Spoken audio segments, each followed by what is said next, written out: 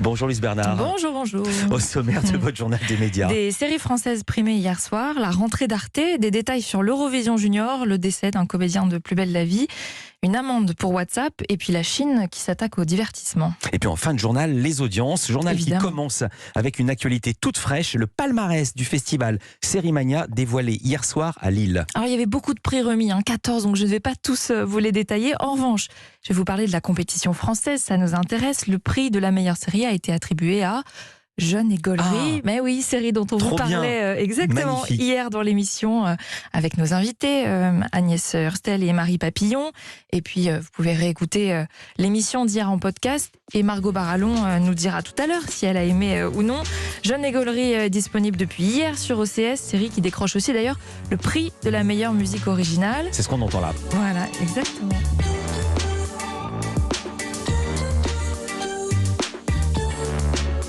Puis alors on continue sur les prix. Et le prix de la meilleure actrice revient à Ariane Labed pour l'Opéra, une série OCS également. Celui du meilleur acteur à Daniel Njolobé pour Le Code, qui sera diffusé bientôt sur France 2. Autre série de France 2 récompensée aussi, la très attendue Germinal, prix du public. Et des séries, il y en aura beaucoup cette année sur la chaîne Arte, chaîne qui a présenté son programme de rentrée hier à la presse. Une rentrée sur des bonnes bases, de très bonnes bases même, puisque la saison dernière, Arte a multiplié les bons résultats d'audience. On pourrait citer la série En thérapie comme excellent exemple de succès à la fois sur l'antenne et puis sur sa plateforme gratuite. Une année record donc pour la chaîne avec une part d'audience à 2,9%, record historique. Et sur le numérique, 170 millions de vues cumulées chaque mois sur cette plateforme arte.tv. Et rendez-vous compte, entre 2017 et 2020, c'est une progression de 400% sur le numérique. Ouais. Bruno Patino, le président de la chaîne, s'est évidemment réjoui de ces résultats et puis il nous a confié son objectif pour cette nouvelle saison. On a comme objectif surtout d'accroître les liens entre Arte et ceux qui soit la regardent déjà, soit qui peuvent la regarder. On pense vraiment qu'Arte, ça s'adresse à tout le monde en fait. Et j'espère que les téléspectateurs, les internautes, quand ils sont en lien avec Arte, se rendent compte de deux choses. D'abord que cette chaîne est très différente des autres. Ça n'est pas être négatif vis-à-vis des autres chaînes, mais nous on essaye d'être un peu différent parce qu'on est une chaîne d'abord européenne, on est une chaîne de récits, très fondée sur le documentaire, la fiction et le cinéma, et je pense qu'on est une chaîne très, très diverse, très riche, qui propose énormément de choses différentes et venues d'endroits différents. Et j'espère que cette richesse et cette différence, ça se voit. Ouais, rentrée très riche en programmes, impossible de tous les citer, mais il y aura notamment la saison 2 d'En thérapie, celle de Mytho aussi, la première série de Valérie Donzelli, Nona et ses filles. Ça promet, avec Miu Miu, 70 ans, enceinte. Non. Si. Anna, série événement de Niccolò Amaniti, à qui on doit la fantastique Il Miraculo. H24, 24 courts-métrages écrits, réalisés et joués par des femmes autour des violences faites aux femmes. Et à l'heure où la télévision cherche à attirer les jeunes, Arte semble avoir trouvé la recette. Alors évidemment, ils consomment les contenus via la plateforme numérique gratuite arte.tv ou la chaîne YouTube, mais pas seulement, sur l'antenne aussi, plus 23% de 15-34 ans par rapport à 2019. Et si Arte ne cherche pas à rajeunir ses téléspectateurs, la chaîne se réjouit de parler à tous les publics. C'est un de ses objectifs, Bruno Patino, le président d'Arte France.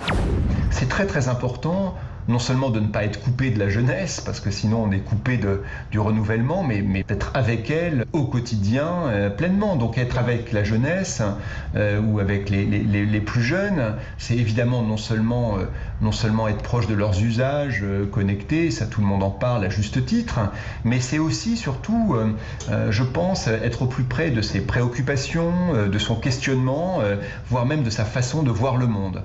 Et je pense qu'on a essayé de le faire, et on ne le fait pas uniquement dans l'univers numérique, on le fait aussi évidemment dans l'antenne.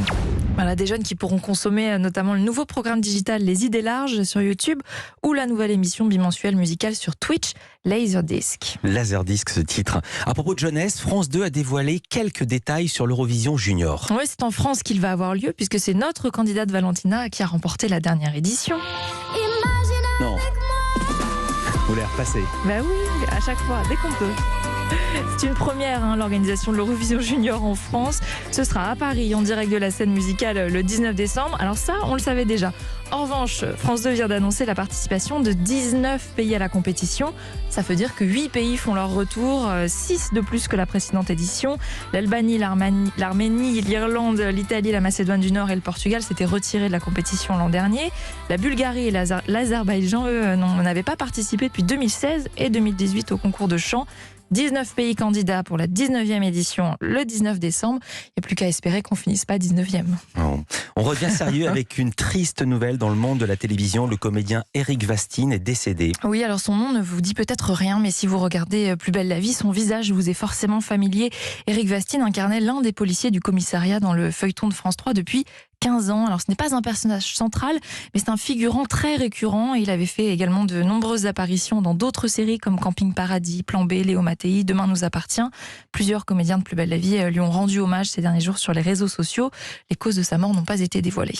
Une amende record infligée à WhatsApp. 225 millions d'euros. Pourquoi ? Eh bien pour avoir enfreint la réglementation européenne en matière de protection des données personnelles. L'autorité irlandaise de protection des données avait lancé une enquête en 2018, enquête demandée par la Commission européenne.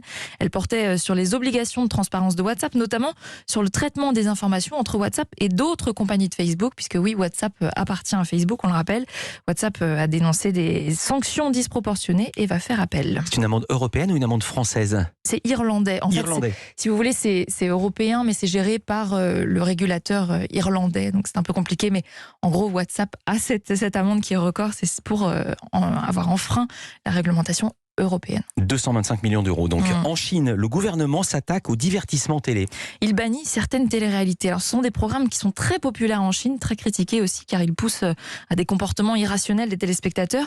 Pékin veut donc bannir ces programmes qui, je cite, développent l'idolâtrie au profit de programmes qui font la promotion de la culture traditionnelle ou communiste. Et puis le régulateur de la télé chinoise va plus loin. Il demande même aux chaînes de bannir les hommes décrits comme efféminés dans les programmes télé ou les influenceurs vulgaires. Il y a 2 ans, et cette même autorité avait déjà fait flouter les tatouages de certains chanteurs de pop ou même leur queue de cheval ou leurs oreilles pour masquer les boucles d'oreilles. Justification de l'époque, produire une génération qui pourra prendre la responsabilité du rajeunissement national. En clair, résoudre le problème de la natalité en Chine en contrôlant le divertissement à la télévision. C'est tout un programme. Voilà pour le journal des médias. On passe aux audiences qu'ont regardé les Français hier soir. Ils ont regardé largement TF1. C'était le lancement de la nouvelle mini-série avec Audrey Fleurot et Arnaud Ducré, Mensonge.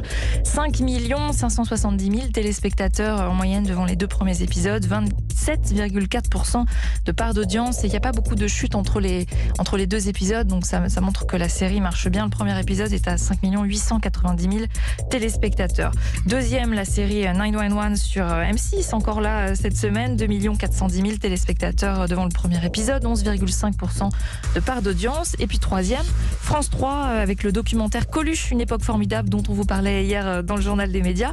1 770 000 téléspectateurs, 9% de part d'audience. Et je vous donne quand même le score d'Envoyé spécial qui faisait sa rentrée. Petit score, un petit retour, 1 660 000 téléspectateurs, seulement 8% de part d'audience. On a oublié de le dire hier, il y avait la rentrée de Tristan Walex à la tête de complément d'enquête. Tristan Walex qui sera prochainement dans Culture Média. Merci beaucoup Louise Bernard. Toutes ces infos à retrouver dans notre newsletter média. Inscription gratuite sur europe1.fr. À lundi pour un nouveau journal des médias. Bon week-end Philippe. Bon week-end. Culture Média.